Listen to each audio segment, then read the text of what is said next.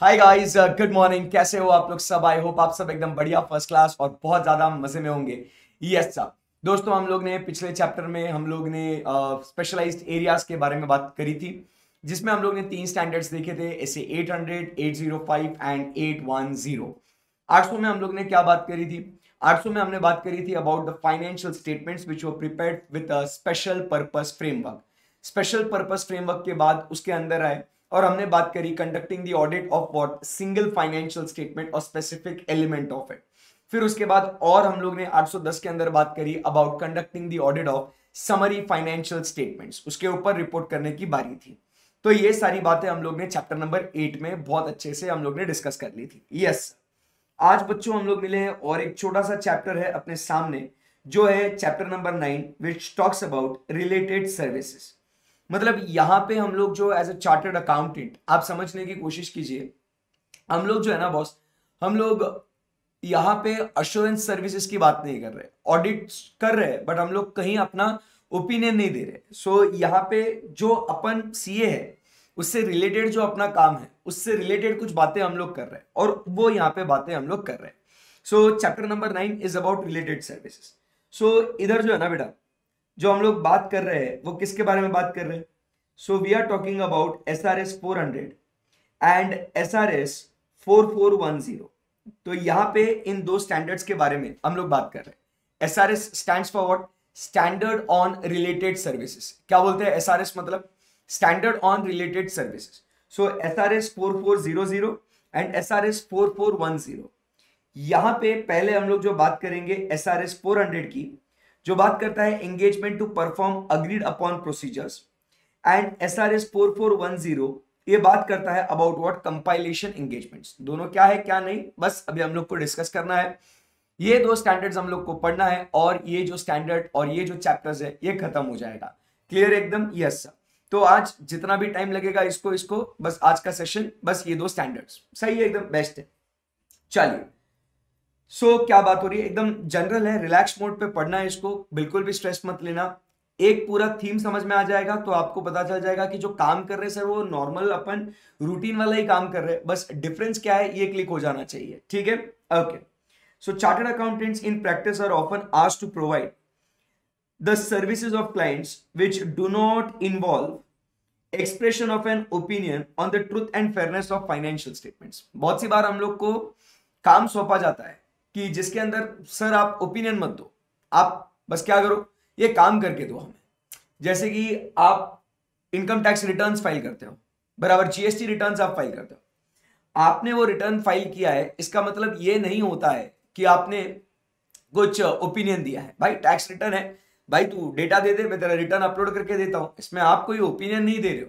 Tax audit करते हो तो उस समय पे ओपिनियन देते हो, बट रिटर्न फाइल करना है, इसमें मतलब कोई ओपिनियन देना जैसा थोड़ी हुआ ना, पॉइंट है। उसके बाद आप अकाउंटिंग करके देते हो एज अ चार्टर्ड अकाउंटेंट, कभी कभी आप लोग अकाउंटिंग करके दे सकते हो। तो आप अकाउंटिंग कर रहे हो तो इसका मतलब ये नहीं है कि आपने कोई ओपिनियन दिया है। तो ऐसे बहुत सारे काम होते हैं कि जो हम चार्टर्ड अकाउंटेंट है, हमसे रिलेटेड है ये काम।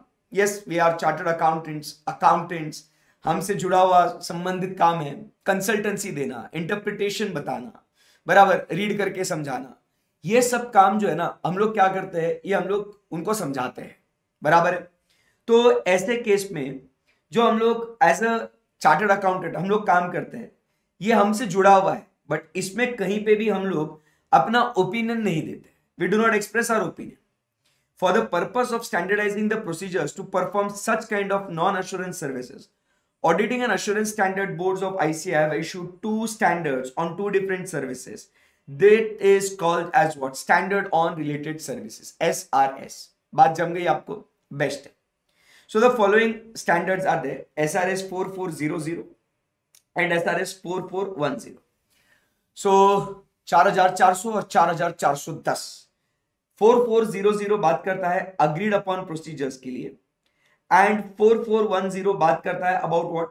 कंपाइलेशन एंगेजमेंट्स को लेके।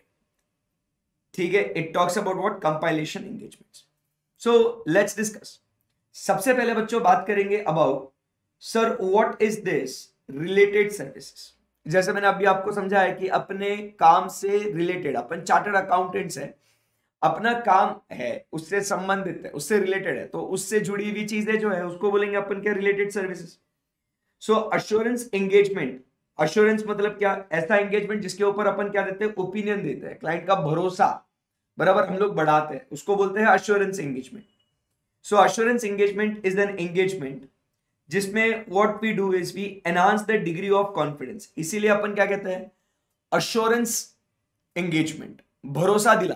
तो मैं जब ओपिनियन देता हूं ना, सो ओपिनियन जब दिया मैंने, तो उस समय पे एक यूजर को भरोसा आता है कि ओके, ये चार्टर्ड अकाउंटेंट्स ने क्या इसको ऑडिट किया है, ओपिनियन दिया है, बोल रहा है सब ट्रू एंड फेयर है, कोई दिक्कत नहीं है, उसके हिसाब से वो लोग क्या करेंगे, अपना डिसीजन लेंगे। सो हम अश्योरेंस एंगेजमेंट में क्लाइंट को भरोसा दिलाते हैं कि सब सही है या सब सही नहीं है, जैसा अपना ओपिनियन है बराबर। Of the intended users other than responsible party, responsible party the one who is responsible for preparation of the subject matter, ठीक है। so about the outcome and evaluation of measurement of subject matter against criteria, इस line को मैं आपको एकदम अच्छे से समझाता हूं। क्या कह रहे हैं अपन यहां पे कि देखो जैसे कि क्या हो रहा है ना बॉस, यहां पे आप समझिए, मैं दोबारा से, हमने ऑलरेडी बहुत बार ये लिखा हुआ है बट फिर से एक बार आपके लिए लिख लेता हूं। सो यहां पे जो है ना बच्चा, ये कौन है सर, ये है रिस्पॉन्सिबल पार्टी। ये कौन है, responsible party, the party is responsible for what, preparation of what, subject matter. ये जो पार्टी है इसकी जिम्मेदारी क्या होती है, ये पार्टी है, इसकी जिम्मेदारी है कि वो क्या बनाए सर, वो बनाए सब्जेक्ट मैटर, इसको बोलते हैं अपन सब्जेक्ट मैटर बराबर है। ये सब्जेक्ट मैटर जो है ये कैसा बनना चाहिए, this subject matter should be prepared against the criteria, it should be prepared in accordance with the criteria,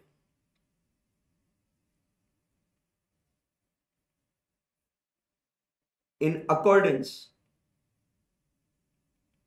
with the stated criteria। और आपको याद है ना, जब हम लोग 800, 805, 810 वो स्पेशलाइज्ड एरियाज की बात कर रहे थे, तो अपना वो एंगेजमेंट एक्सेप्ट करना या नहीं करना, उस समय पे भी अपनी एक ही बात जो हो रही थी कि भाई ये क्राइटेरिया जो है ना सर, ये क्राइटेरिया जो है ना ये एक्सेप्टेबल होना चाहिए। तो वो क्राइटेरिया मतलब ये जो फ्रेमवर्क जिसके माध्यम से ये सब्जेक्ट मैटर बनाया गया है। और फिर क्या होता है, ये सब्जेक्ट मैटर दिया जाता है किसको, सो ये सब्जेक्ट मैटर दिया जाता है to whom, so this subject matter is given to whom, the intended users. ये किसको दिया जाता है, ये this is given to the intended users. अब क्या होता है, ये इंटेंडेड यूजर्स को भरोसा नहीं है कि क्या ये सब्जेक्ट मैटर इस क्राइटेरिया के हिसाब से बनाया गया है या नहीं। समझ में आया बात कुछ। Now the intended users are worried, what are they worried, so these intended users are worried that whether this subject matter is prepared in accordance with the given criteria। तो इसलिए क्या हो जाता है, एक एंजल आता है, कौन, एक एंजल। इस एंजल को अपन नाम देते हैं एज व्हाट, प्रैक्टिशनर। और ये प्रैक्टिशनर क्या करता है, ये प्रैक्टिशनर इवैल्यूएट करता है, इवैल्यूएट्स, what does he evaluate, evaluate whether subject matter is prepared in accordance with given criteria, in accordance with what, the given criteria। तो आप बात को समझने की कोशिश करो। वापस से मैं रेफरेंस आपको 800, 805, 810 का भी लूंगा क्योंकि ताजा ताजा आपने पढ़ा है, उसको फ्रेश है दिमाग में। सो अपन उसमें भी क्या कहते हैं कि स्पेशल पर्पस फ्रेमवर्क बनाया या जो समरी फाइनेंशियल स्टेटमेंट्स बनाए, उसका क्राइटेरिया मैनेजमेंट ने, तो वो कंसिस्टेंट है या नहीं, वो उसको कंप्लाई करता है कि नहीं। तो यही जो है ये अपना काम है कि एज अ प्रैक्टिशनर ये अपना काम है, अपन ने देखना चाहिए कि whether this complies with what, whether this complies with what, the given criteria, ये अपन को देखने का है, whether it complies with what, the given criteria. समझ में आया आपको? So whether this subject matter is prepared as per the given criteria, और फिर उसके बाद वो क्या करेगा, ये उसके ऊपर अपनी रिपोर्ट प्रिपेयर करेगा, ये रिपोर्ट प्रिपेयर करेगा, and then this report will be given to whom, the intended users. ये किसको दिया जाएगा? ये this report will be given to the intended users.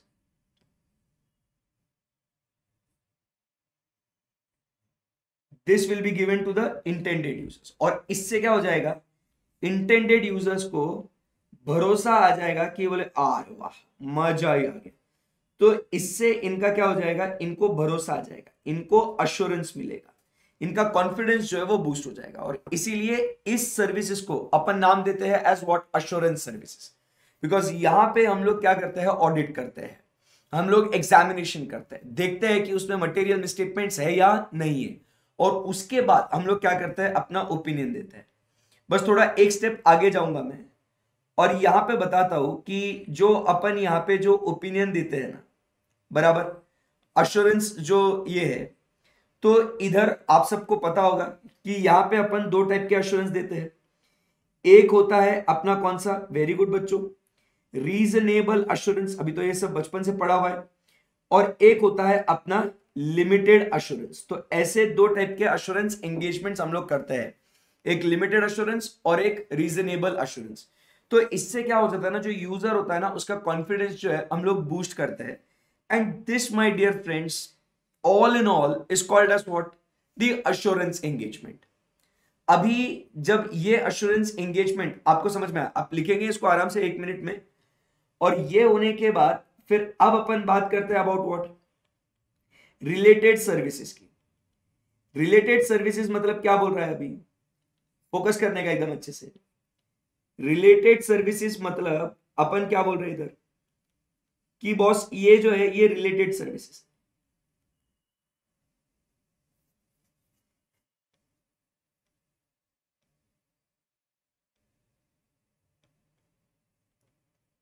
अब रिलेटेड सर्विसेज में अपन क्या कर रहे हैं, पहले एग्जांपल्स आपके लिए लिख के देता हूं।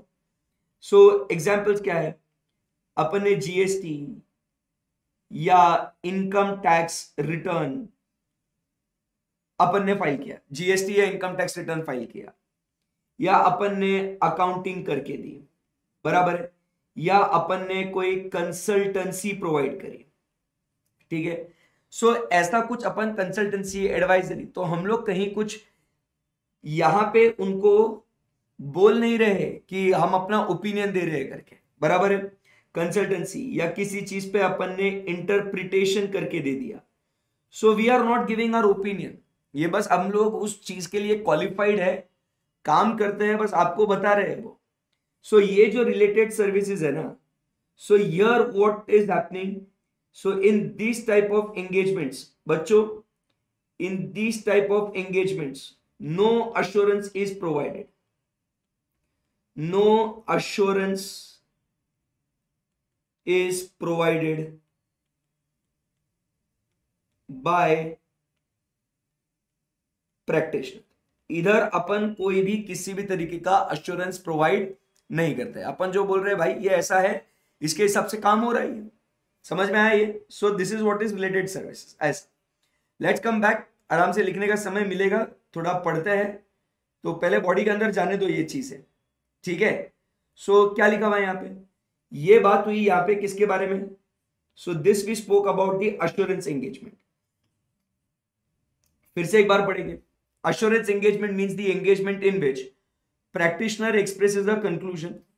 कंक्लूजन मतलब अपन ने बोला यहाँ पे, जो अपन ने अपना ओपिनियन दिया, जजमेंट दिया, to enhance the degree of confidence of the intended users other than the responsible party, because responsible party like management in itself is responsible for preparation of financial statements, to evaluate the measurement of the subject matter against the criteria कि वो criteria के हिसाब से बनाया नहीं बनाया। It means that the practitioner gives opinion about specific information due to which the users of the information are able to make what confident decisions, knowing well that chance of information is incorrect is diminish, तो उनको पूरा भरोसा आ जाता है उसके बाद वो क्या बोला, नॉट ऑल एंगेजमेंट्स परफॉर्म, क्या बोल रहा है वो, not all engagements perform by practitioners, जो भी काम करेंगे आर अश्योरेंस एंगेजमेंट्स, सारा जो भी हम लोग काम करते हैं, not all engagements are not what, assurance engagement, not, सारा जो काम हम लोग करते हैं ना मालिक, वो सारा का सारा काम अश्योरेंस एंगेजमेंट होगा, ऐसा नहीं होता है। Other frequently performed engagements that do not meet the definition are, जैसे अभी हमने बात करी, प्रिपरेशन ऑफ टैक्स रिटर्न्स, बराबर है, कंसल्टिंग और advisory engagements, engagements covered by SRS such as agreed upon procedures and compilation engagements for financial and other information, agreed upon procedures बात करेंगे अभी उसके ऊपर।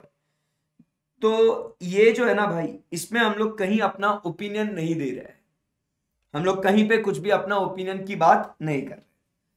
The above engagements are in the nature of what, related services, तो ये जो ऊपर बात करी हमने, so above engagements are in the nature of what, related services.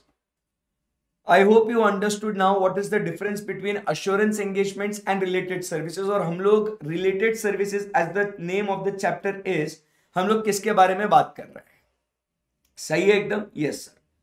So once we are good about assurance and related services, related services में दो बातें आती है, एक जो है वो क्या बोल रहा है यहाँ पे, एक अपन बात कर रहे हैं अबाउट अग्रीड अपॉन प्रोसीजर्स,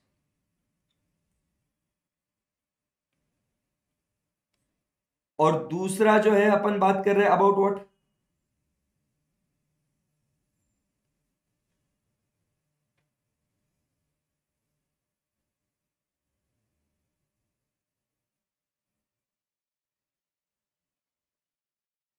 पागल हो गए क्या ये,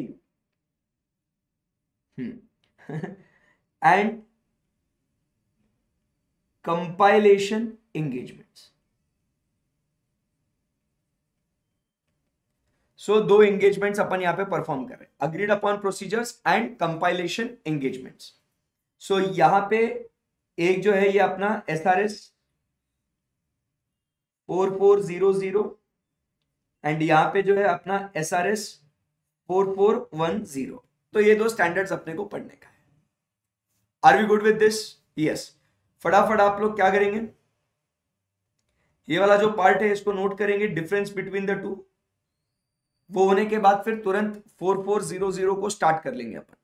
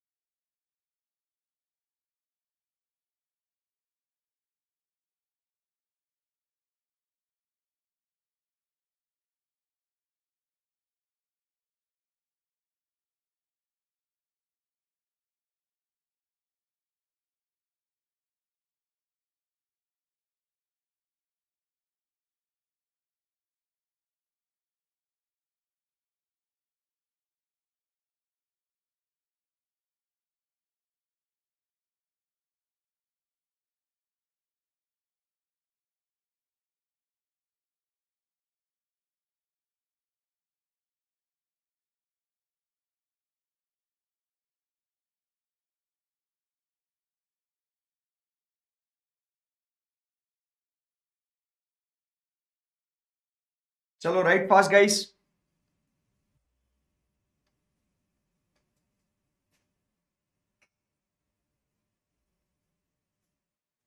लास्ट 1 minute, 1.5 minute।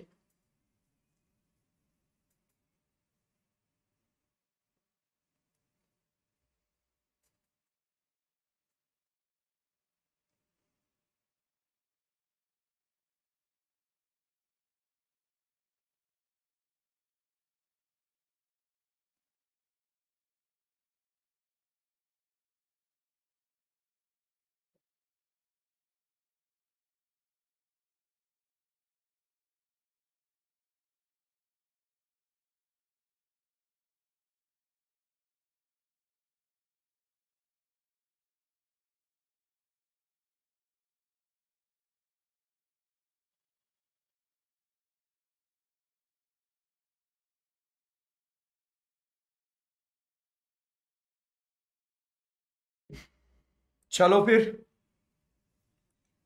आगे बढ़ते हैं बच्चों, है ना। सो ये बात होने के बाद, इतना पूरा डिस्कशन होने के बाद, अब दोस्तों स्टैंडर्ड की शुरुआत कर लेते हैं, ठीक है। अग्रीड अपॉन प्रोसीजर्स, SRS कौन सा है? 4400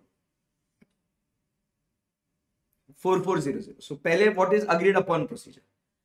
as the name suggest, agreed upon, तुम क्लाइंट हो, मैं चार्टर्ड अकाउंटेंट प्रैक्टिशनर हूं, तुमने मेरे को बोला ऐसा करने का, ये काम करने का, मैंने बोला ओके अग्रीड, खत्म भाई। अग्रीड अपॉन प्रोसीजर, तेरे मेरे में अग्रीमेंट हो गया कि ये काम करके देने का है, वो वैसा काम में करके तेरे को देगा। अब भाई इसके ऊपर ओपिनियन नहीं देना है क्योंकि रिलेटेड सर्विस है, तूने मैंने अग्री कर लिया, बात खत्म ना भाई। It is called as what? Agreed upon procedures, best है। So agreed upon procedures is what? an engagement to perform agreed upon procedure. The auditor is engaged by the client to issue what? Report on factual findings based on specific procedures performed on specified subject matter of specified element, accounts or items of a financial statement. अपने को agreed upon procedure, कुछ मेरे को factual findings को report करने का, जैसा जो अग्रीड प्रोसीजर अपनी बात हुई थी उसके हिसाब से मैं तेरे को रिपोर्ट कर देगा, वो फैक्ट जो है वो तेरे को मैं रिपोर्ट कर देगा। जैसे एग्जांपल, मतलब आज समझ, आज तेरे को कोई बिजनेस को एक्वायर करने का है, you want to acquire some business. Now if you want to acquire the business, तेरे को पता होना चाहिए कि उसका एसेट पोजीशन, लायबिलिटी पोजीशन क्या है, इन शॉर्ट उसका नेटवर्थ क्या है अब भी, उसके रिसीवेबल्स कितने, उसके पेएबल्स कितने, तेरे को मालूम होना चाहिए अब भी, बराबर है। तो ये सब जो, उसका एजिंग कितना है, more than 6 months, less than 6 months, current, non current, investments, short term, long term, बराबर, इनकी सब्सिडरीज कौन है, तुझे ये फैक्ट जो है ये पता करना है। समझ में आया क्या? When we are talking about agreed upon procedures, मतलब क्या बोल रहा हूं मैं, तुझे उस क्लाइंट का एसेट लायबिलिटी पोजीशन, तुझे उसका नेटवर्थ क्या है ये पता होना चाहिए, बराबर है। जो पेएबल्स है, बराबर, इन पेएबल्स का ये एजिंग क्या है ये तुझे पता करना है, बराबर। इनके सब्सिडरीज कौन कौन है, बराबर, इसके बारे में पता करना है, बराबर। या तो इनके रिलेटेड पार्टीज कौन कौन है ये तुमको फाइंड आउट करने का है। तो तुमको किसी ने एंगेज किया है और ये तुमको बोला कि भाई ये फैक्चुअल इंफॉर्मेशन जो है ना सही में वैसी है या नहीं है, जरा हम लोग को पता करके दो ना यार। तुम एज ए चार्टर्ड अकाउंटेंट, तुम लोग इतना तो स्किल्ड हो और इतना ट्रेंड तो हो कि ये तुम फैक्चुअल डेटा को आइडेंटिफाई करा के रिपोर्ट कर सकते हो, खत्म हो गया ना भाई। उसके लिए जो भी काम करने को पड़ता है उसको क्या बोलेंगे अपन? This is called as what? Report on factual findings. This is agreed upon procedure. तूने बोला ये करने का, भाई ने बोला करने का, करने का। क्लियर? एकदम सही है। सो एंगेजमेंट में required the auditor to perform certain procedures concerning individual items of financial data. किसके ऊपर कर सकते हैं? फाइनेंशियल डेटा के ऊपर। से accounts payable, accounts receivable, purchase from related parties, sales and profits of a segment of an entity, और financial statement से बैलेंस शीट और even complete set of financial statements. So इसको क्या बोलेंगे अपन? वो agreed upon procedures. However, a person performing the related services need not necessarily be the auditor of the entity of financial statement. जैसा अपन ने बात करी थी किसके बारे में, एसआरएस 810 में, to report on summary financial statement. उसमें क्या बोला था, वो कंपलसरी ऑडिटरीज होना, वो कंपलसरी ऑडिटरीज चाहिए, बट ऐसा इधर केस में नहीं है। ठीक है, तो कोई दूसरे व्यक्ति को भी आप, कोई दूसरे सीए को आप अपॉइंट कर सकते हो ये फैक्चुअल इंफॉर्मेशन को फाइंड आउट करने के लिए। अगर हम लोग बोल रहे कि डायरेक्टर्स के एक्सपेंसेस को ट्रेस करने का है, बराबर है कि नहीं, तो उसके ऊपर फैक्चुअल फाइंडिंग्स दे। तो जो भी आपको फैक्चुअल इंफॉर्मेशन को रिपोर्ट करने का है, उसके लिए जो कामकाज आपको करना पड़ेगा, डायरेक्टर्स का जो एक्सपेंसेस हो रहा है, वो पर्सनल एक्सपेंस इधर बुक नहीं हुआ है ना, उसको फाइंड आउट करने का है, उसको रिपोर्ट करने का है, उसको क्या बोलेंगे अपन भाई, it is a related service agreed upon procedure को टू रिपोर्ट ऑन। ये इतना ध्यान में रखने का, बस फोकस क्या चीज पे होना चाहिए, to report on what, factual findings. समझ में आया क्या, to report on factual findings, that's it, done. Okay, so अब आपको अग्रीड अपॉन प्रोसीजर समझ में आ चुका है। So let's proceed with the standard. So फटाफट गो थ्रू करेंगे इसको। SRS 4400 provides what guidance on the auditor's professional responsibilities when the engagement is to perform agreed upon procedures regarding financial information undertaken and the form and content of the report that auditor issues in connection with such an engagement। तो क्या करना चाहिए, कैसे report देना चाहिए, इसके बारे में आपको ये गाइडेंस मिल रहा है। Objective in accordance with SRS 4400, the objective is to carry out the procedures of an audit nature, बराबर, carry out procedures of what audit nature to which the auditor and the entity and an appropriate third parties have agreed, बराबर, they have agreed। इसीलिए तो इसको क्या बोलते हैं, agreed upon procedure। तुमने बोला ये काम करने का है, मैं बोल रहा हूँ ये काम मैं कर सकता हूँ, ये फैक्चुअल इंफॉर्मेशन को रिपोर्ट करने के लिए इससे इंक्वायरी करना पड़ेगा, वो ऑब्जर्व करना पड़ेगा, ये एक्टिविटी में करूंगा, बोलो मंजूर है क्या, ये सब अलाउड है क्या, वी बोथ अग्री, बराबर। And then we report on what the factual findings. Important बात क्या बोला भाई, no assurance is provided in such report. तुमको मैं कोई भी अश्योरेंस नहीं देगा, ये बस मैं फैक्ट को रिपोर्ट करेगा। इससे तुमको क्या कंक्लूजन निकालना है क्या नहीं, वो तुम्हारे ऊपर मैं डाल रहा हूं, यहां पे मैं कुछ भी नहीं बोल रहा हूं। समझ में आया, मैं ये फैक्चुअल इंफॉर्मेशन को फाइंड आउट करके आपके सामने इसको प्रेजेंट कर दूंगा, मैं इसमें कोई भी ओपिनियन नहीं दूंगा। जैसे अपन नेटवर्थ सर्टिफिकेट लिखते हैं, to whomsoever it may concern as on this date net worth इतना इतना था भाई, बाकी तुमको जो कंक्लूजन निकालना है तुम उसको कैसे यूज करोगे कि फ्यूचर में वो नेटवर्क उतना रहेगा, बढ़ेगा, कम होगा, क्या नहीं होगा, इन्वेस्टमेंट करना चाहिए नहीं करना चाहिए, तेरे को जो कंक्लूजन निकालना है तो निकाल। मैं सिर्फ फैक्चुअल इंफॉर्मेशन पे रिपोर्ट देगा, I am not going to express any opinion. जो भी कंक्लूजन ड्रॉ करना है तुम तुम्हारे हिसाब से कर लो, सही है एकदम, yes. Such agreed upon procedures are non assurance engagement. So sir what is the difference between audit and agreed upon procedures? Let's discuss. A key difference between the two is it relates to what, assurance. Audit, in audit what happens is audit expresses an opinion, however agreed upon procedures only a report on factual findings on the agreed upon procedures, no assurance is given to intended users। ये क्या बोला, users draw their own conclusions. User को बोल रहा भाई तू तेरा conclusion खुद से निकाल ले। For example, an agreed upon procedures engaged to evaluate the validity of accounts payable may state the following। Validity मतलब क्या बोलना चाह रहा है ये, कि ये जो अकाउंट्स पेएबल है वो जेन्युइन है या नहीं है, सही में अपने उतने देना बनता है कि नहीं। सो अपन उसके लिए क्या प्रोसीजर्स परफॉर्म करेंगे, what are the agreed upon procedures over here. तो भाई what are the names of major supplier and the amount outstanding as on the date to the related names and amounts in the trial balance. हम लोग क्या करेंगे, ये major accounts payable को check करना है, मेजर ये सप्लायर है, ये आउटस्टैंडिंग है, फिर उसके बाद उस सप्लायर से स्टेटमेंट लेंगे या कंफर्मेशन लेंगे, तुम बताओ कि इतना है क्या, to confirm the balances and comparison of such statement and confirmation with the amounts of trial balance. इससे पता चलेगा कि हाँ भाई ये जेन्युइन है। मतलब पहले अपन क्या करेंगे, we will check in our books, ठीक है, फिर उसके बाद हम लोग क्या लेंगे, कंफर्मेशंस लेंगे from whom, the third parties. अरे बहुत आसान है, अरे ये रोज का काम है अपना ये, ठीक है। सो इधर अपने बुक्स में देखने का, पहले अपने को क्या देखने का, इधर आर बुक्स बोलने से अच्छा क्लाइंट्स रिकॉर्ड देखने का इधर, फिर इधर उससे obtain what, confirmation, obtain confirmation from third party, ठीक है। और फिर इन दोनों को क्या करने का, इन दोनों का कंपैरिजन करने का, और वो वैलिड है या नहीं वो एस्टेब्लिश कर लेने का। खत्म हो गया भाई, डन है एकदम। So this is what is agreed upon procedures. We report on what, factual findings. Further, actual findings like variation in balances reflected in trial balance of statements or confirmation givens. बराबर, the actual findings are reported as such without providing any assurance. हम लोग उसके ऊपर कुछ नहीं बोलेंगे, differences है, match हो रहे, जो भी है ये बता दिया, बाकी तू तेरा देख ले।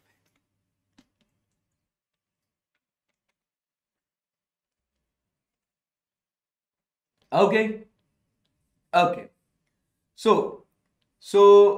general principles of an agreed upon procedures engagement. General principles of an agreed upon engagement is the auditor should comply. हमने क्या कंप्लाई करना चाहिए, we should comply with, फटाफट इसको मार्जिन में भी लिखना है तो आप लिख सकते हो या हाईलाइट कर लेना, कोई दिक्कत नहीं है। बेसिक पॉइंट है जो हम लोग हर काम जो हम लोग करते हैं वो तो अपने को करना ही है। General procedure, code of ethics issued by ICAI, पूरा काम जो है हम लोग वो कोड ऑफ एथिक्स जो अपना कोड ऑफ कंडक्ट है उसके हिसाब से करना है अपने को, बराबर, उसमें कहीं कुछ हम लोग गड़बड़ नहीं कर सकते हैं।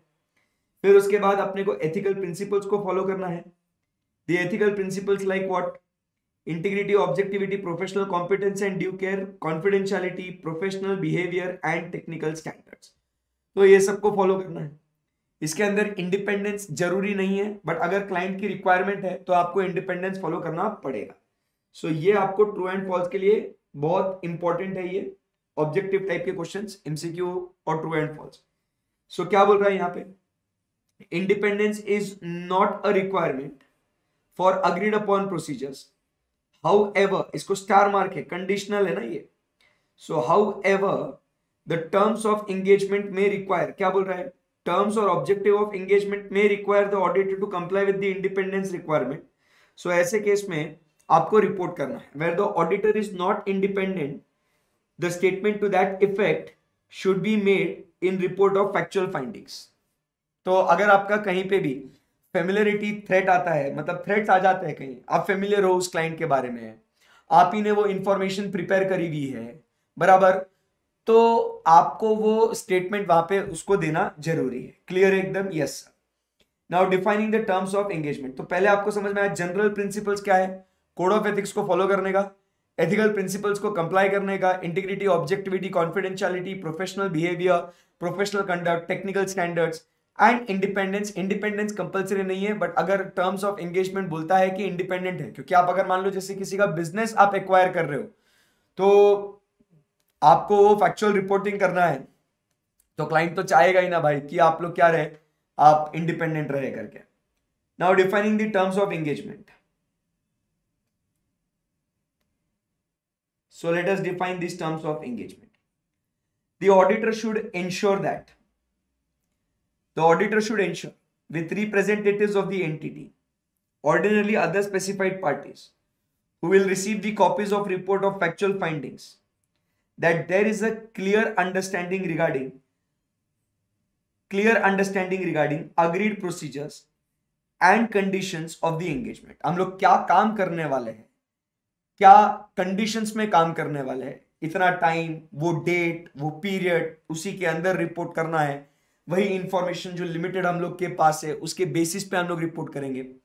तो ये जो है ना, बराबर, यहां पे ये आपका जो क्लाइंट है और ये जो यूजर्स है, बराबर, उस इंफॉर्मेशन की, इसमें अपन ने क्या करना चाहिए, एक समझौता इनके और इनके बीच में हो जाना चाहिए, ठीक है। So there should be what, agreement, this guy and this guy, they should agree, बराबर, they should have a clear understanding, बराबर, they should have what, a clear understanding,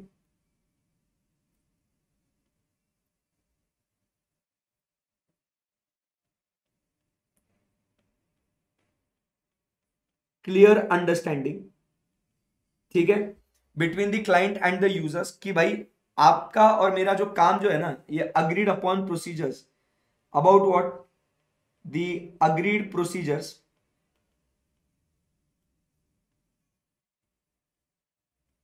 क्या हम लोग काम करने वाले हैं, and conditions of the engagement. Good good. So matters that is to be agreed include the following. So what are the matters that we are going to agree upon. तो ये यहाँ पे आपको दिया हुआ है, तो उसके बारे में अंडरस्टैंडिंग होना बहुत जरूरी है. What is the nature of the engagement, including the fact and the procedures perform will not constitute, procedures performed will not constitute an audit or review.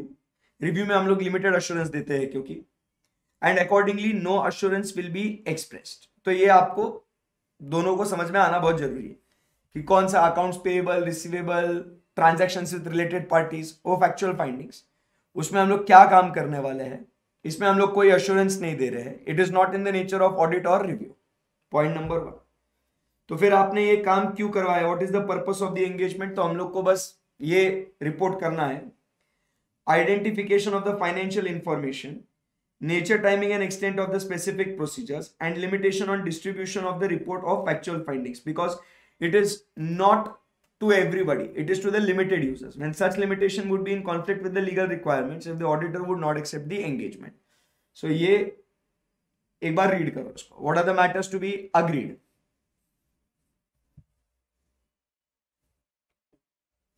Nature of the engagement. What is the purpose of that engagement? Identify the financial information.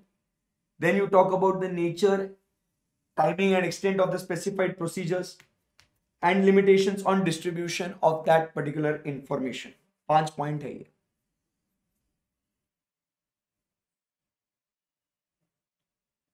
It is in the interest of the both client and the auditor that the auditor sends what engagement letter documenting the key terms of appointment. An engagement letter confirms the auditor's acceptance of the appointment and helps avoiding what misunderstanding regarding such matters as the objective and scope of engagement, जो normally हम लोग engagement letters बनाते हैं. सो ये defining the terms of engagement. तो यहां से आगे बढ़ते हैं और क्या लिख रहे हैं अपन यहाँ पे.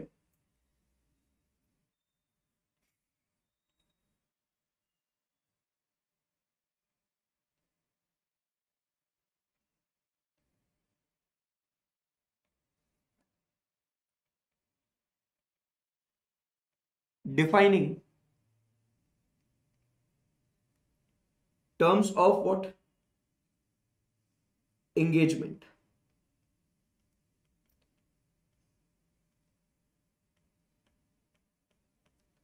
ठीक है, तो जो वहां पे बनाया था वो वापस से बना दे रहा हूं यहां पे. Client,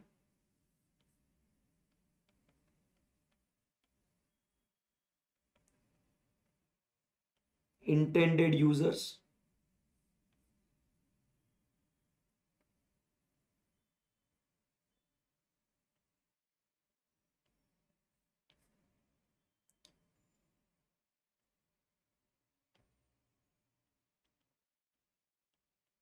agreed matters,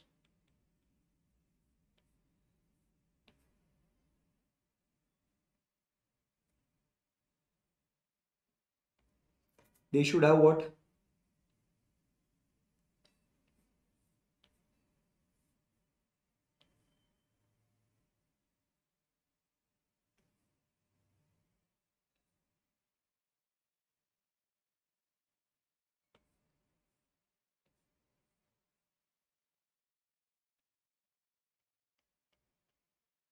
clear understanding.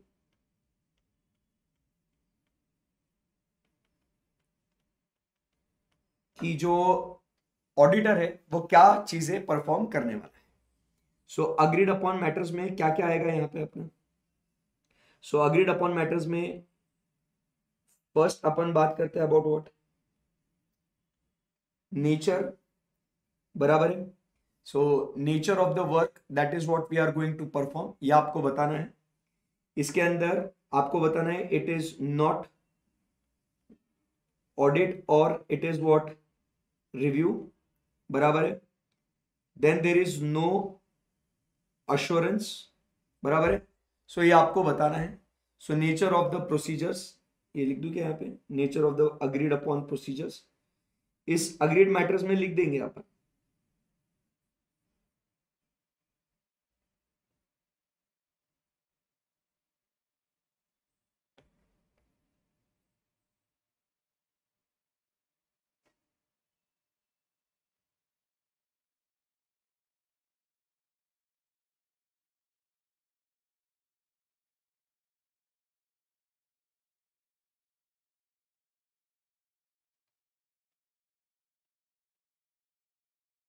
Nature of procedure,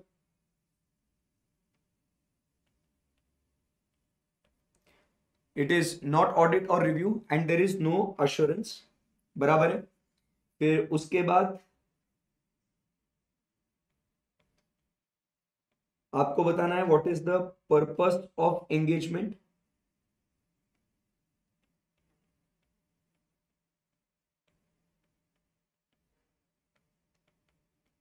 identification of financial information, then nature,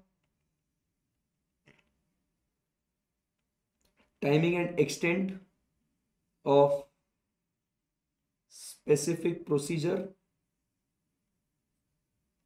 and last में क्या बोला था,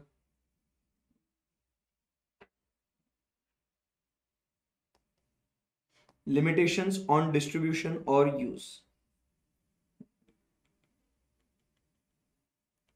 limitation on distribution और यूज। और फिर ये जब अग्रीड प्रोसीजर्स परफॉर्म हो जाएगी, मतलब ये डिसाइड हो जाएगा, तो यहाँ पे जो क्लाइंट एंड जो ऑडिटर है इनके बीच में क्या होना चाहिए, there should be an engagement letter. So एक एंगेजमेंट लेटर होना चाहिए to avoid what, misunderstanding.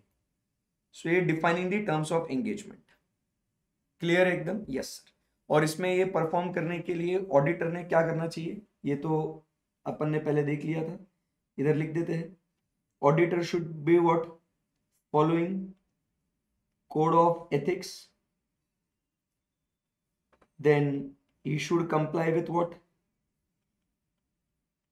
ethical requirements, and we talk about is what, independence, but independence is not the requirement।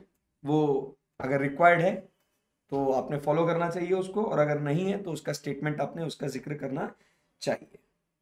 So note this down.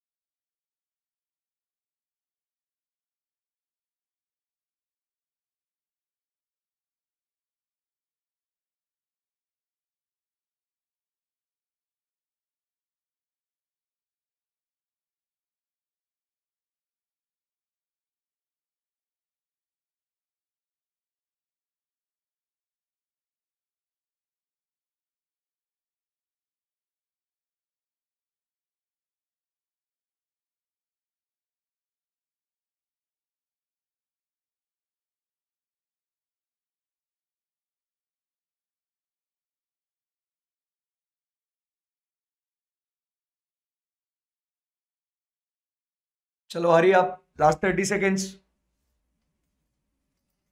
Right fast.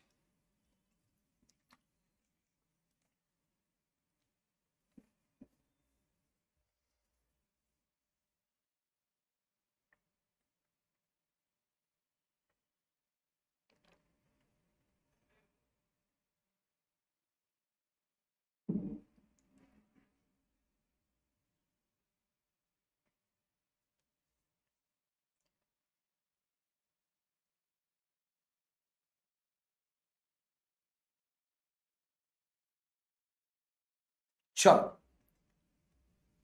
So let's proceed from here now.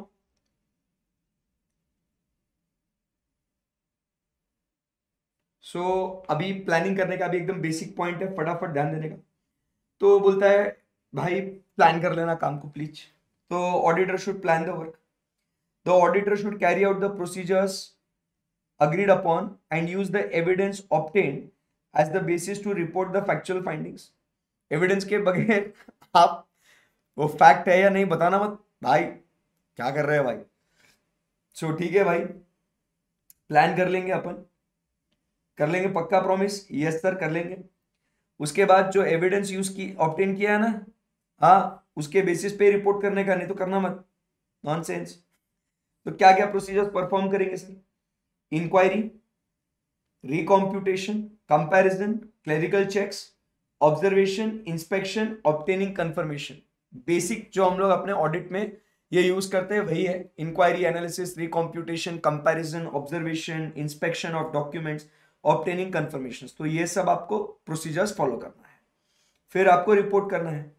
The report on agreed upon procedures needs to describe the purpose of the agreed upon procedures, describe the purpose and the agreed upon procedures of the engagement in sufficient detail to enable the reader to understand the nature. The report should clearly mention that no audit or review has been performed. So क्या क्या report में आएगा, आइए जरा देखते हैं। Title, addressee, very good.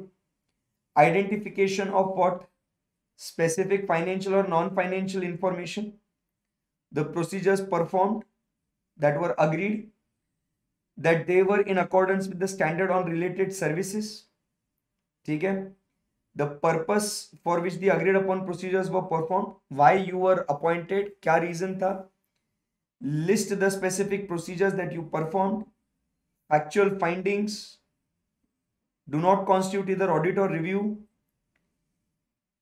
performed additional procedures, an audit or review, other matters might have come to light would have been reported. The statement that report is restricted to those parties who have agreed. A statement when applicable, report relates only to the elements, accounts, items or financial, non-financial information and does not extend to entities financial statement as a whole. Then date, place and signature. And last में वो बोलता है the auditor should document the matters which are important in providing the evidence to support and report the factual findings।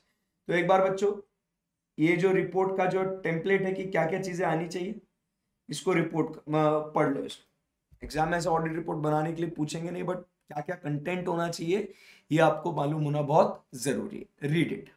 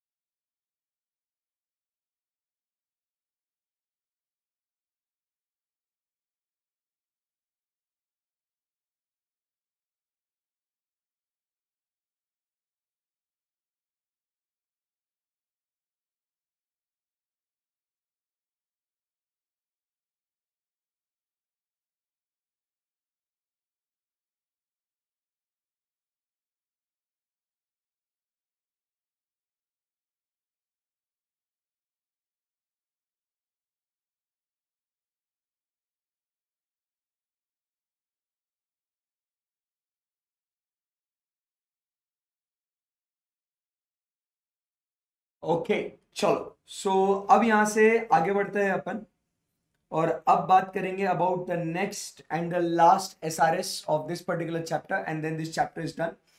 5 pages है अगले, इसके बारे में हम लोग को बातचीत करनी है। So let's start.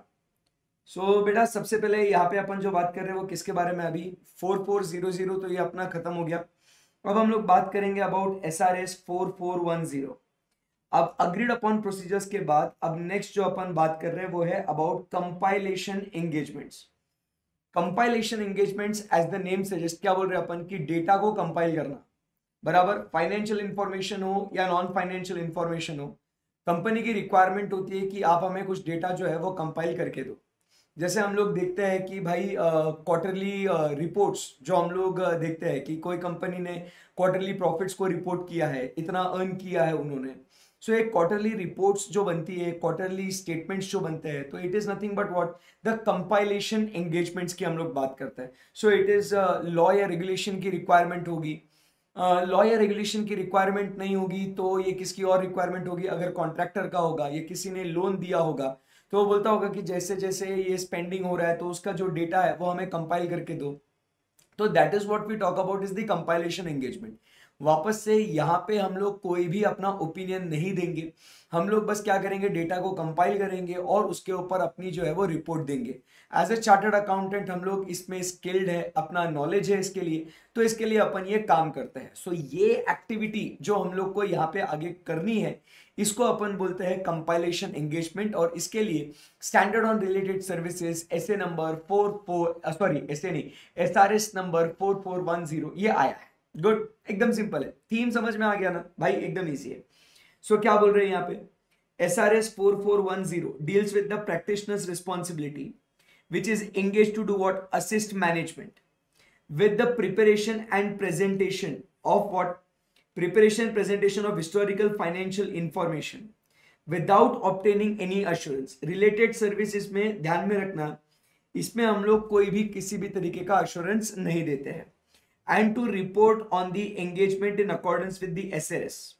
It applies to compilation engagements for historical financial information। ये other than historical financial information को भी applicable हो जाएगा after necessary adaptation। मतलब जैसे आपको कंपाइल करना है बराबर कुछ इंफॉर्मेशन अबाउट की टर्म्स ऑफ जो कॉन्ट्रैक्ट है उसके हिसाब से कुछ इंफॉर्मेशन आपको कंपाइल करनी है, रिलेटेड पार्टीज के साथ जो इंफॉर्मेशन है, या पर्टिकुलर एरियाज ऑफ ऑपरेशन आप कहाँ कहाँ बिजनेस कर रहे हो, तो ये सारी इंफॉर्मेशन भी अगर आपको कंपाइल करके देनी है तो बॉस अपन क्या बोलेंगे, SRS 4410 आप यूज कर सकते हो, राइट। इसमें अपन क्या कह रहे हैं, SQC1 is applicable to all engagement standards, चाहे वो SRS हो, SRE हो, या फिर वो SAE हो या अपने SA हो, बराबर अलग अलग, तो सबको एप्लीकेबल है ये। सो SRS 4410 is also one of the engagement standard. SQC1 applies to all the firms in respect of what, compilation engagements। सही है एकदम। सो इसमें SRS में क्या कह रहे हैं अपन, मैनेजमेंट की मदद कर रहे हैं हिस्टोरिकल इंफॉर्मेशन को कंपाइल करने में, ठीक है। So what is the compilation engagement, it is an engagement where the practitioner applies accounting and financial reporting expertise, आप आपका नॉलेज जो है वो यूज करते हो to assist the management in preparation and presentation of what, financial information in accordance with the applicable financial reporting framework and issues what, the report। तो client को बस क्या है, फाइनेंशियल स्टेटमेंट्स प्रिपेयर प्रेजेंट करने के देने का, उसके ऊपर रिपोर्ट देने का, ये अपना काम है। इसमें क्या कहता है, मैनेजमेंट में request professional accountant in public practice to assist in preparation and presentation of financial information. So ये बात तो सही है, मैनेजमेंट में रिक्वेस्ट खत्म हो गया। This is what is compilation engagement. So क्या कह रहा है यहाँ पे, अपन क्या बोल रहे हैं यहाँ पे कि when we talk about financial information that is the subject matter of compilation engagement may be required for various purposes, बराबर, for various purposes। तो वो purposes कौन से है, so mandatory है एंड एक दूसरा है for the purpose unrelated to mandatory, मतलब required by law है, not required by law। Required by law है तो ठीक है, जो पीरियोडिक रिपोर्टिंग अपने को करना पड़ता है। नॉट रिक्वायर्ड बाय लॉ कौन सी आती है कि इंटरनल यूज के लिए management, those charge with governance को, जो हम लोग कहते हैं ना अपने को MIS TPS रिपोर्ट्स लगते हैं, फॉर डिसीजन मेकिंग, बराबर, फॉर डिसीजन मेकिंग के लिए उन्हें रिपोर्ट्स लगते हैं, बराबर है, या उन्हें इंटरनल कंट्रोल लगाने के लिए कुछ रिपोर्ट्स चाहिए, तो उस पर्पस के लिए भी हम लोग ये रिपोर्ट्स दे सकते हैं, बराबर है। ये external parties under a contract और अग्रीमेंट जिनको चाहिए उसके लिए है, या for transactional purposes, for example to support a transaction involving changes in the entities ownership. तो ये सारी बातों के लिए एक तो it is mandatorily by law अगर रिक्वायर्ड है तो देना है, जो क्वार्टरली रिपोर्ट्स हम लोग सेबी को देते हैं, या नॉट रिलेटेड टू मैंडेटरी अगर है तो उसकी बात कर रहे हैं, सही है, yes. A compilation engagement is not an assurance engagement, जो हम लोग ने एसआरएस के लिए बात कर रहे हैं वो तो समझ में आ गया है आपको। A compilation does not require the practitioner to verify the accuracy, not verify the accuracy or completeness of the information provided, or otherwise gather evidence to express an opinion or review conclusion on preparation of financial information. So अपने को यहाँ पे कोई भी evidence obtain करने की जरूरत नहीं है। Okay, what are the objectives in accordance with SRS 4410? ठीक है, सो क्या कहता है यहाँ पे, the practitioners objective in compilation engagement, बहुत सिंपल है एकदम। Compilation engagement under this SRS is compile करना है। कंपाइल क्या करना है? हिस्टोरिकल फाइनेंशियल इंफॉर्मेशन को कंपाइल करना है। तो तुझे क्या करना चाहिए? You apply what your accounting and financial reporting expertise. जब तक तू वो तेरा स्किल सेट यूज नहीं करेगा उसके हिसाब से तू कैसे कंपाइल करेगा? सो तुम्हारा ऑब्जेक्टिव क्या है बॉस?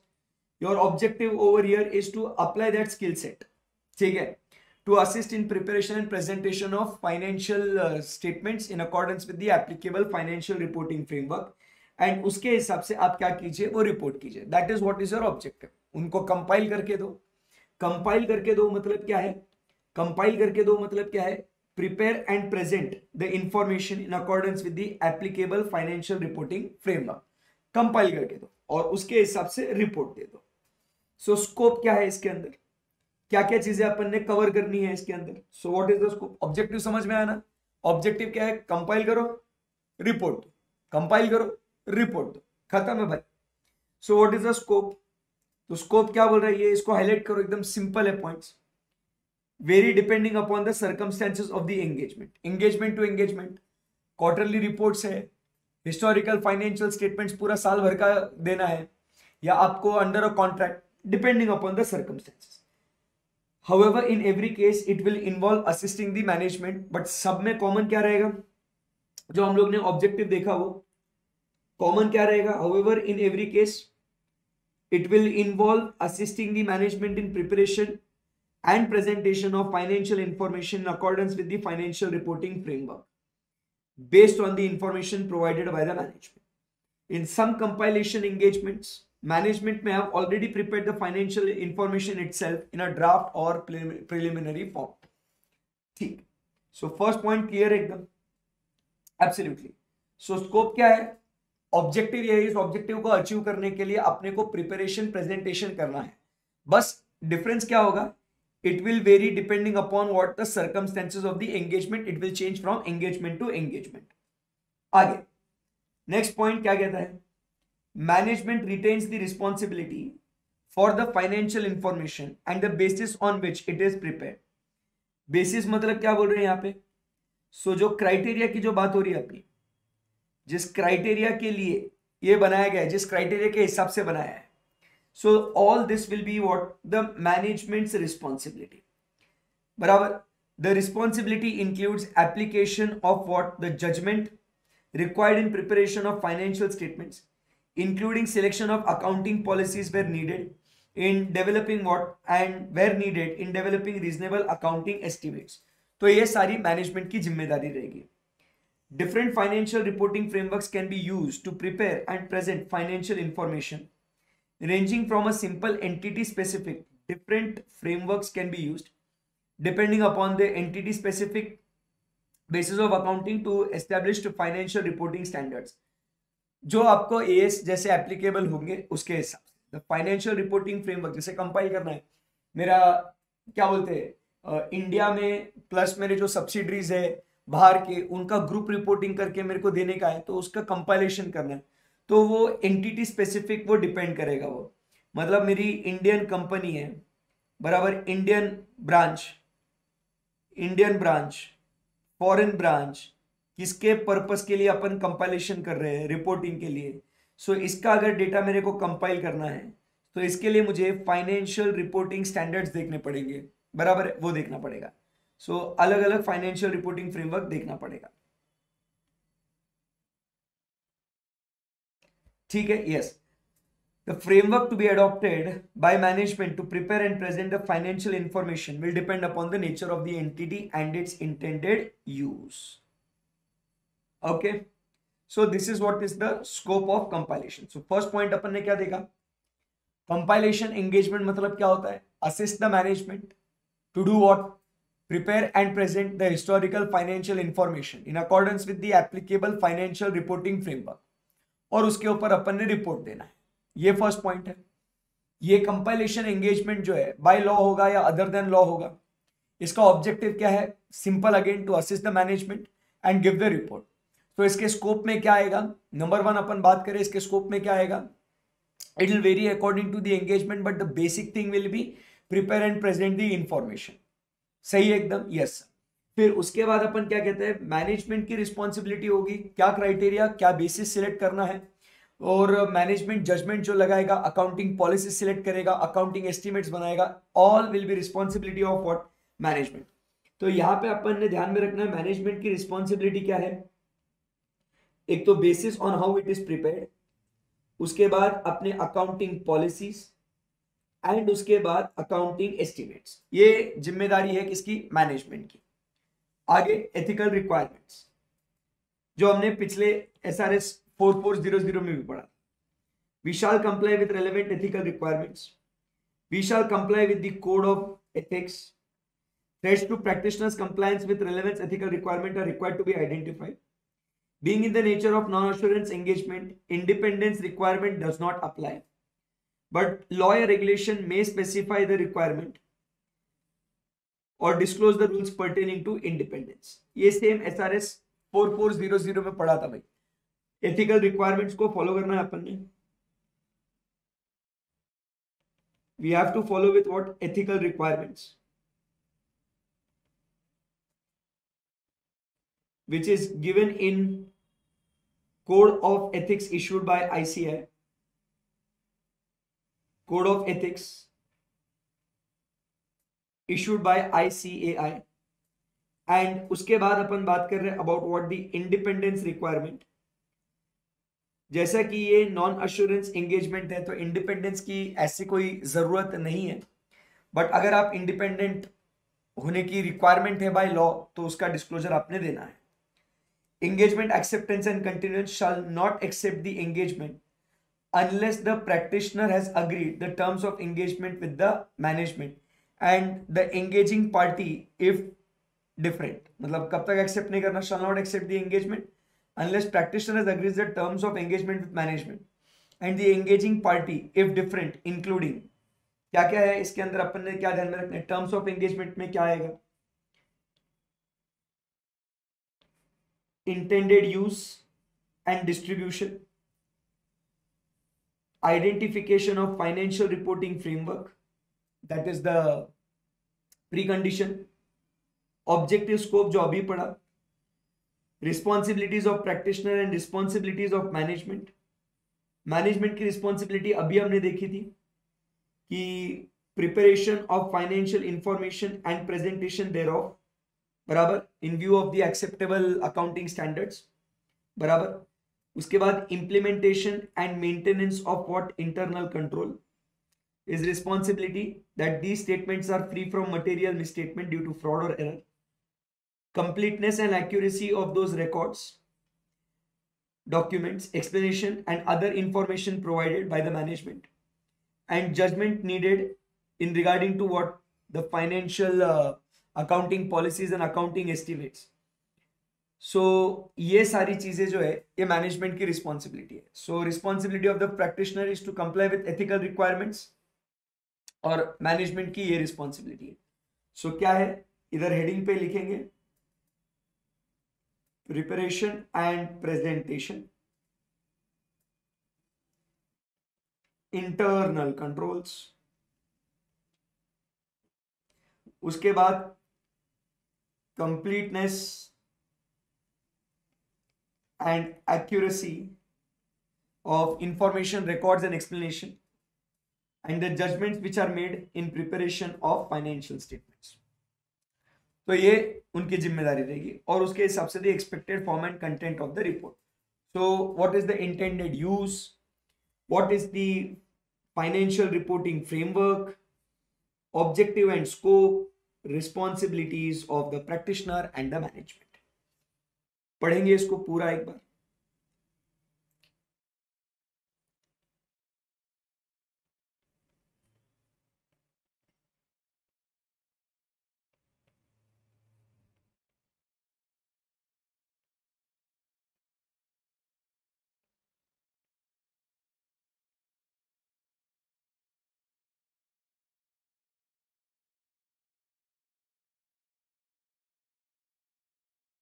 पढ़ो इसको.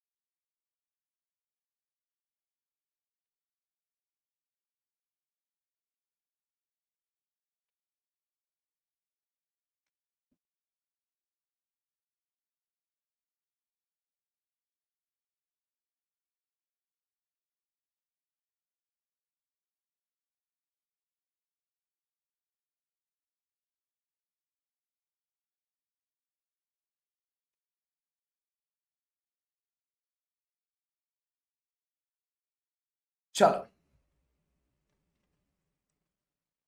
So the practitioner shall record the agreed terms of engagement in an engagement letter on recurring compilation year after year.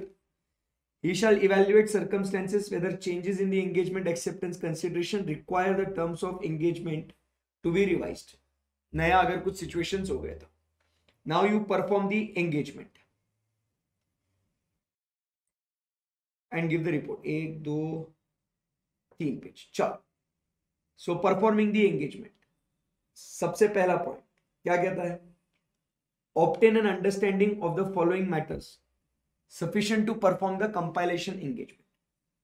तो फर्स्ट पॉइंट हम लोग यहां पे क्या लेने वाले हैं? We are going to obtain what? Understanding. किस किस बातों का अंडरस्टैंडिंग लेने का अपने को?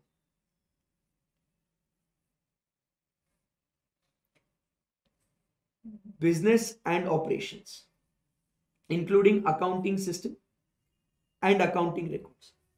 बेटा ये सारी बातें जो हम लोग बेसिक ऑडिट करने के लिए जब करते थे ना, ये सेम अंडरस्टैंडिंग के लिए सेम पॉइंट. सो आपका बिजनेस क्या है, उसके बगैर तो कैसे कंपाइल करेगा इंफॉर्मेशन? तो पता होना चाहिए ना कि आपका बिजनेस क्या है, बराबर क्या काम करते हो, और आपके अकाउंटिंग सिस्टम कैसी है, अकाउंटिंग रिकॉर्ड्स आप कैसे मेंटेन करते हो, and which is the applicable financial reporting framework. तो इसके हिसाब से आपने अगर ये अंडरस्टैंडिंग लिया तो ही आप असिस्ट कर सकते हो ना मैनेजमेंट को. सो पॉइंट नंबर 1 एकदम logically when you are performing the engagement, point number 1 you have to take what? Understanding. The practitioner shall compile the financial information. ये जो कंपाइलेशन करना है using the records, documents, explanation and other information provided by the management. ये पता होगा आपको कि ये रिस्पॉन्सिबिलिटी मैनेजमेंट की है, कंप्लीटनेस, एक्यूरेसी ऑफ रिकॉर्ड्स रखने की. बस अपने को अभी जो कंपाइलेशन करना है, ये कंपाइलेशन करना है based on whatever data is provided to us by the management. Then the practitioner shall do what? Discuss with management और TCWG as appropriate those significant judgments for which practitioners provided assistance in the course of compilation. Significant judgments मतलब अगर आपके bad debts है या अगर हम लोग कोई कंटिंजेंसी प्रोवाइड कर रहे हैं, तो इसके लिए क्या सिग्निफिकेंट जजमेंट्स यूज हो रहे हैं, ये हमने क्या करना चाहिए, डिस्कस करना चाहिए। Then prior to completion, prior to completion of the compilation engagement, he shall read the compiled information in the light of the practitioner's understanding of the entity's business and operations and applicable financial reporting framework. इसको हम लोग read करेंगे। If in the course of compilation engagement he becomes aware that records, documents, and etc., including significant judgments provided, are incomplete or inaccurate or otherwise unsatisfactory, bring to the attention of the management and request additional information. If he is unable to complete the engagement because management has failed to provide the records, he shall withdraw the engagement and give the reasons for withdrawing. If the practitioner becomes aware during the course of engagement that the compiled information does not adequately describe the applicable financial reporting framework, amendments to the compiled information are required, or the compiled information is misleading, the practitioner shall propose appropriate amendments to the management.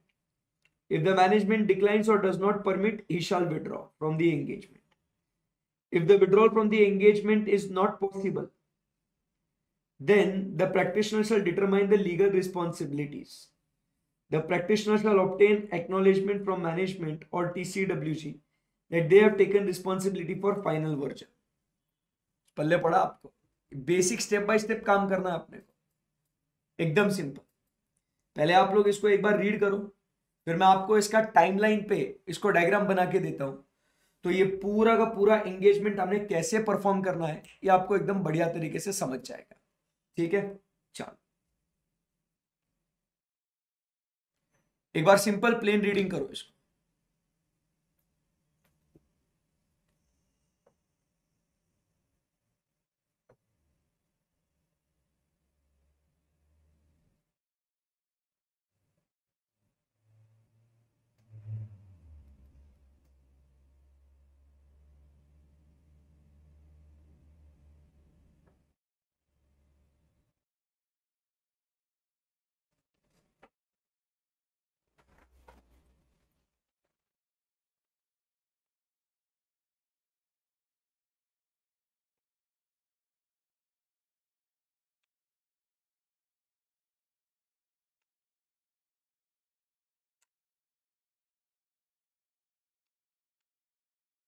Read read read,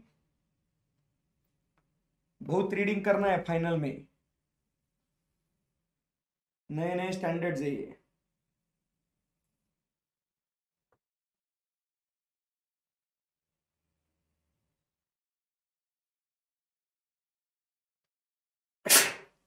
excuse me.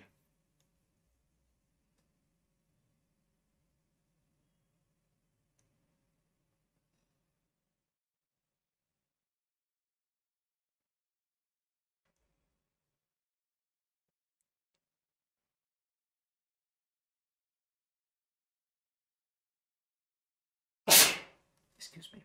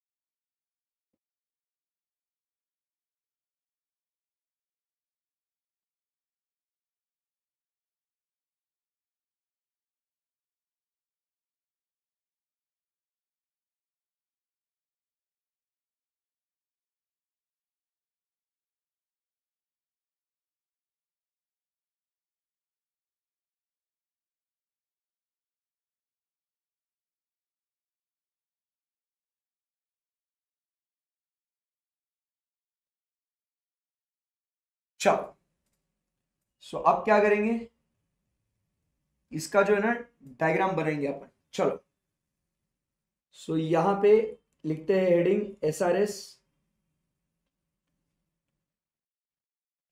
4410। ठीक है, ये बात हो रही है compilation engagements के लिए।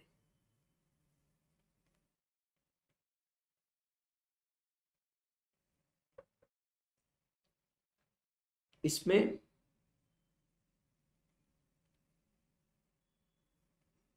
Engagement performance की बात करते हैं। सबसे पहले यहां ऑडिटर साहब को क्या बोलेंगे बच्चों? सर आपने लेना है अंडरस्टैंडिंग। ऑडिटर नहीं बोलेंगे, प्रैक्टिशनर बोलेंगे। वर्ड्स को ध्यान से यूज करना। ये रिलेटेड सर्विस है, ऑडिट नहीं कर रहे अपन, क्योंकि ऑडिट में अश्योरेंस देते। तो यहाँ पे ये बंदा जो है ये कौन है? ये प्रैक्टिशनर है। ये practitioner will obtain what? Obtain understanding. So कौन सी बातों का अंडरस्टैंडिंग लेंगे? फर्स्ट हम लोग बात करेंगे अबाउट बिजनेस एंड ऑपरेशंस। किसकी बात करेंगे अपन? बिजनेस एंड ऑपरेशंस के बारे में हम लोग बातचीत करेंगे। ठीक है, इनके accounting systems and records. And last में कंपाइल करने के लिए क्या होना है? So you should have understanding of applicable financial reporting framework. तो इन सब बातों का आपने क्या करना है बच्चे? अंडरस्टैंडिंग आपने लेना। So you take the understanding of all this things. अब ये अंडरस्टैंडिंग लेने के बाद क्या करेगा बेटा? तू चालू हो जाएगा in regards to what? Compilation of the information. अब अपन ने चालू हो जाने का क्या? To compile the information. Now we have to compile information. ये कंपाइलेशन करने के लिए आप कैसे करोगे इंफॉर्मेशन को compile? This will be based on records,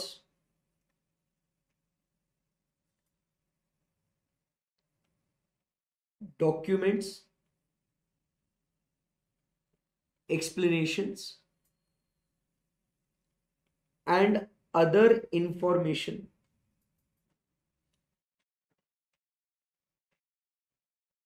provided by management। तो इनको जो ये इंफॉर्मेशन मिलेगी उसके हिसाब से क्या हो जाएगा? ये हम लोग इंफॉर्मेशन को अपलोड करेंगे। ठीक है, फिर उसके बाद हम लोग क्या करेंगे? ये होने के बाद इसके अंदर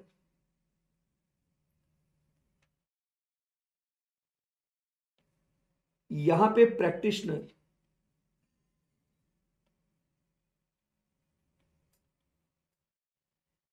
एंड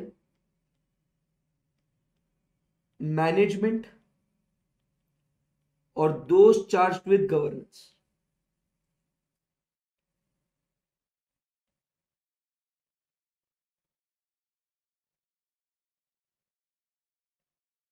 आपस में क्या करेंगे?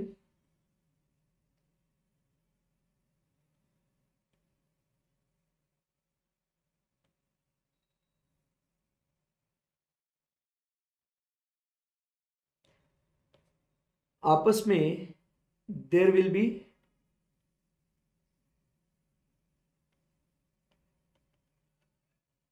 डिस्कशन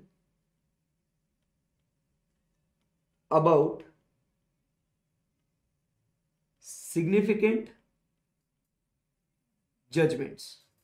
सो कंपाइल तो करेंगे, कंपाइलेशन करते समय अपन क्या ध्यान में रखेंगे कि it will be based on the records, documents and explanation, and we will be discussing about what the significant judgments जो हमने ये किया है। And once this information is compiled, ये इंफॉर्मेशन कंपाइल होने के बाद फिर अपन क्या करेंगे, इसको रीड करेंगे। रीड द कंपाइल्ड इंफॉर्मेशन, ठीक है। इसको अपन क्या करेंगे, अभी पहले अंडरस्टैंडिंग लिया, उसके बेसिस पे कंपाइल करेंगे। कंपाइल करते समय आपने वो रिकॉर्ड्स वगैरह को ध्यान में रखना है, डिस्कस करना है about significant judgments, and then you have to read the compiled information in the light of your understanding. जो भी तुमको ध्यान में है उसके हिसाब से तुमने क्या करना चाहिए, इस कंपाइल्ड इंफॉर्मेशन को रीड करना चाहिए। सो बेटा this is what is the basic thing जो हम लोग यहाँ पे बात कर रहे हैं। ये क्लियर है एकदम? Yes sir. अभी इसके बाद हम लोग क्या बोल रहे हैं यहाँ पे कि अब ये पूरा चीज होने के बाद अभी इसके अंदर कुछ अगर मगर की बातें होंगी, ठीक है। वो क्या क्या है, यहां पे अगर अपन बात करें, ये रीड हो गया, ये बेसिक इतना काम होना चाहिए। मतलब जब तुम एंगेजमेंट परफॉर्म करते हो तो सर जी ये वाला काम इतना होना चाहिए। बट अब क्या हुआ, आप समझिए, जो यहां पे सिग्निफिकेंट जजमेंट्स आपको प्रोवाइड किए जा रहे हैं, बराबर है। अगर जो है ये हमने डिस्कशन करते वक्त जो आपको सिग्निफिकेंट जजमेंट्स बराबर जो आपको दिया गया है, बराबर, या जो इंफॉर्मेशन है, एक्सप्लेनेशन है, रिकॉर्ड्स है, अगर ये इनकम्प्लीट है, अगर ये क्या है, इनकम्प्लीट है, बराबर, नंबर वन। या तो दूसरा क्या बोल रहे हैं अपन यहां पे, या तो सेकेंड पॉइंट क्या बोल रहे हैं कि if the auditor is practitioner is unable to complete the engagement,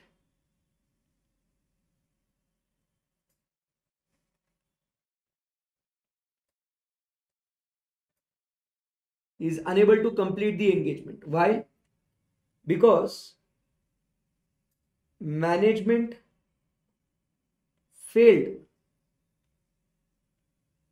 to provide information,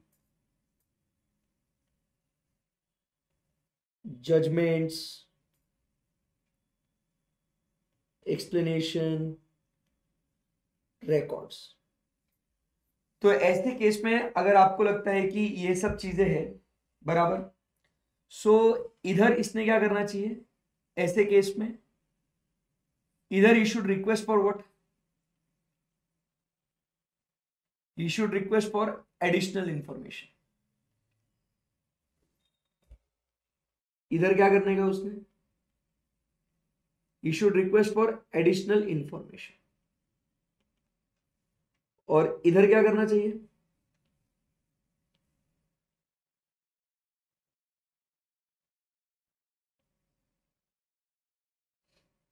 इधर he should withdraw from engagement, छोड़ देना वो काम,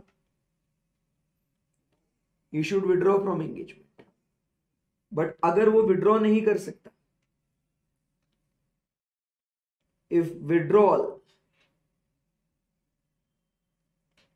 is not permitted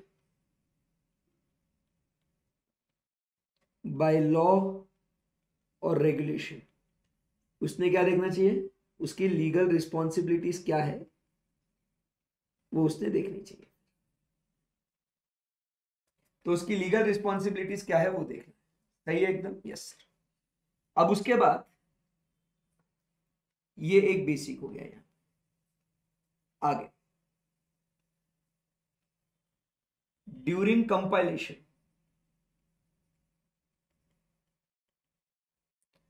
अगर उसको पता चलता है, number one, financial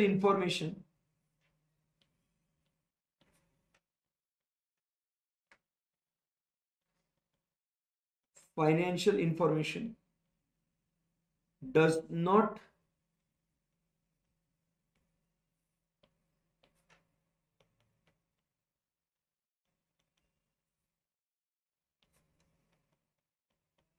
describe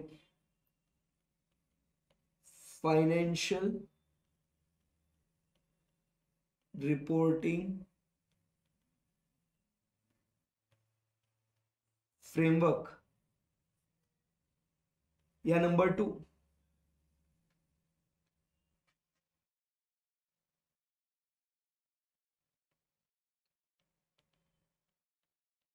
amendments to the financial information are required for not being materially misstated. And last में financial information is what misleading. तो ऐसे केस में क्या हो जाएगा,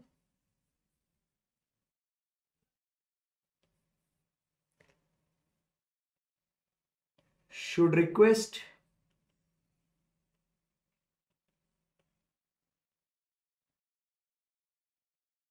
मैनेजमेंट फॉर अप्रोप्रिएट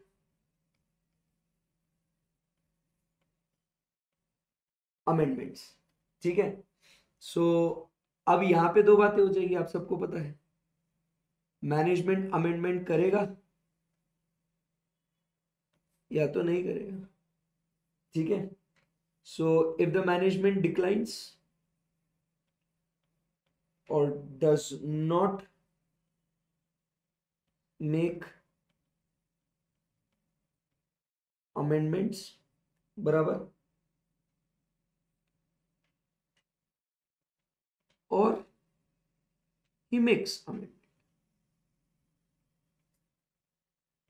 अगर अमेंडमेंट कर लिया तो कोई दिक्कत नहीं, but if they do not do it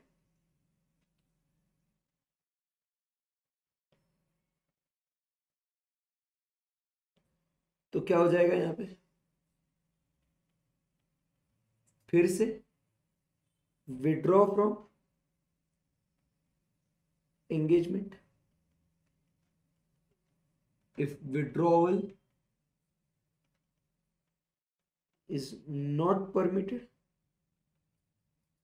so क्या करना चाहिए,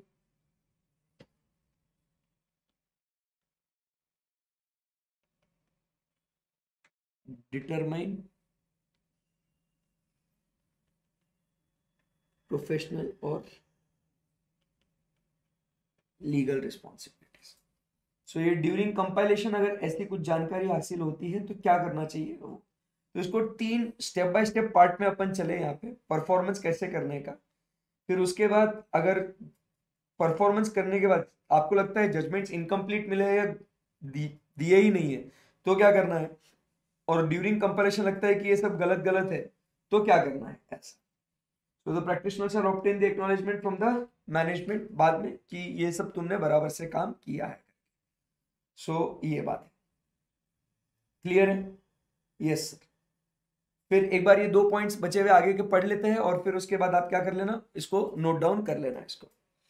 so communication with management and TCWG, the practitioner shall communicate with management as appropriate on timely basis all matters concerning the compilation। practitioners report, तो ये report अपन को exam में तो पूछेंगे नहीं बट बस आपको पता होना चाहिए, title, addressee, that he has compiled the information, description of the responsibilities of management, applicable financial reporting framework, identification of financial information, practitioner's responsibility, what compilation engagement entails. Compilation engagement is not an assurance engagement. We do not express an audit opinion, nor it is a review. It is prepared for special purpose. So describe the purpose. Draw attention of the readers to the fact that financial information is according to this date, sign and place. इसको आप read करेंगे पहले, जैसे अपन ने read किया था ना वो दूसरा वाला, ये भी रीड करो.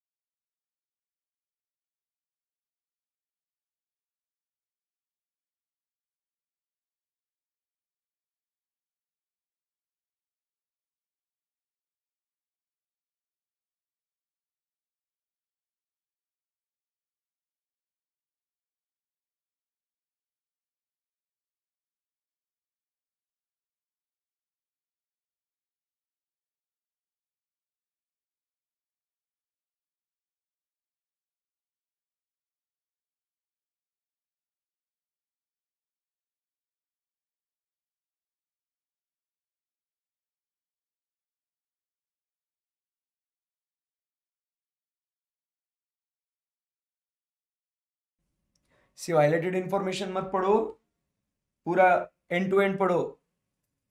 सिर्फ हाईलाइटेड इंफॉर्मेशन पढ़ के काम नहीं चलेगा.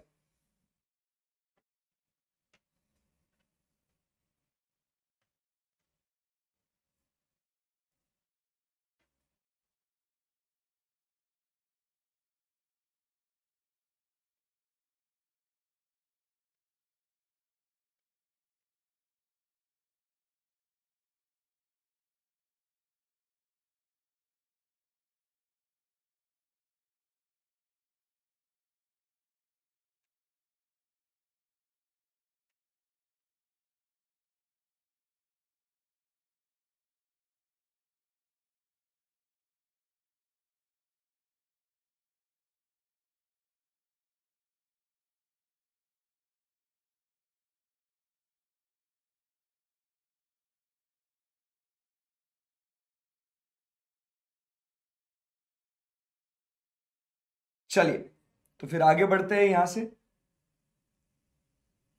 Engagement quality, engagement level quality control. तो ये जो अपना SQC1 एप्लीकेबल है अपन ने बोला था ना. So you have to have the overall quality on each compilation engagement, बराबर है. And the engagement being performed is as per firms quality control policies and procedures. जो तुम्हारे ऑर्गेनाइजेशन में तुम लगाते हो क्वालिटी कंट्रोल पॉलिसीज प्रोसीजर्स, उसके हिसाब से होना चाहिए. एंड लास्ट में documentation about what significant matters that has been arised, how the compiled information reconciles with the records and the final version. ये डॉक्यूमेंटेशन करना है. चलो सो ये कंपाइलेशन वाला एंगेजमेंट, ये जो पार्ट है ना, ये फटाफट लिख लो अभी. कंपाइलेशन एंगेजमेंट्स में ये engagement performance. Start writing. 5 minute में लिख लो फटाफट, देन वी आर डन. फिर कल नया चैप्टर स्टार्ट करेंगे. फास्ट फास्ट लिखो.